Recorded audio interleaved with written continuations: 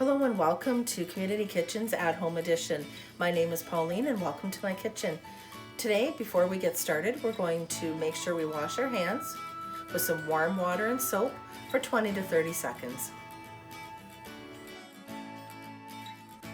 For the orange glazed beets, you'll need 1 pound of beets, cooked and sliced, 1/4 cup of water, 1/4 cup of fresh orange juice, 1 tablespoon of cornstarch, 1 tablespoon of packed brown sugar, 2 teaspoons of orange peel. For the Brussels sprouts with bacon, you'll need 1 to 1.5 pounds of Brussels sprouts, 1/2 pound of bacon chopped, 2 garlic cloves thinly sliced or minced, 1/4 cup of olive oil or butter, 1/2 onion sliced, 1.5 cups of chicken stock, salt and pepper to taste.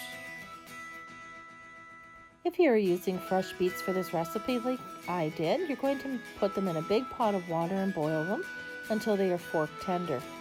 Then you will cut off both ends and the skin will simply slip right off. If you don't want to dye your fingers, make sure to wear some gloves. Once you have the pound of beets peeled, make sure to slice into thin slices.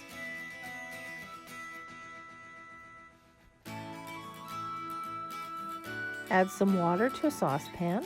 Take your orange, roll it on the counter, or place in the microwave on high for 15 seconds to release more of the juice. Take a zester and remove some of the orange zest.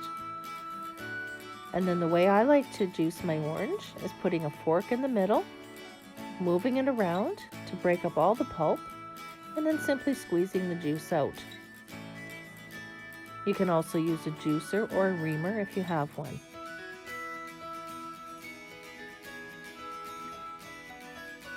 Once you've removed all the juice, add in the cornstarch and whisk until smooth. Next, we're going to add in our brown sugar, and over medium heat, we're going to heat the mixture until it starts to thicken. Continue whisking the cornstarch mixture until it begins to boil. As with any sauce made with cornstarch, it's at its thickest once it boils. Once we've reached this, we are going to add in our beets and stir to coat completely. Once the beets are fully coated, turn your pot down to low and continue cooking until your beets are heated through, and then serve with some more orange zest grated on top.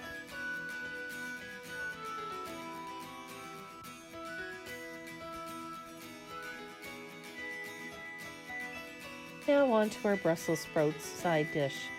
Make sure to start with a damp cloth on your cutting board so it doesn't move while you're cutting. We're going to take a large Vidalia onion, cut it in half, peel it, and then dice it. Once it's diced, it can be set aside until we are ready to cook with it. We're going to cut the bacon into small pieces. Now here's a pro tip. If you're having issues cutting your bacon, simply put it in the freezer for about 20 to 25 minutes so it firms up nicely and it's much easier to cut. This can be put aside with the onions for later. Add your bacon to a hot frying pan.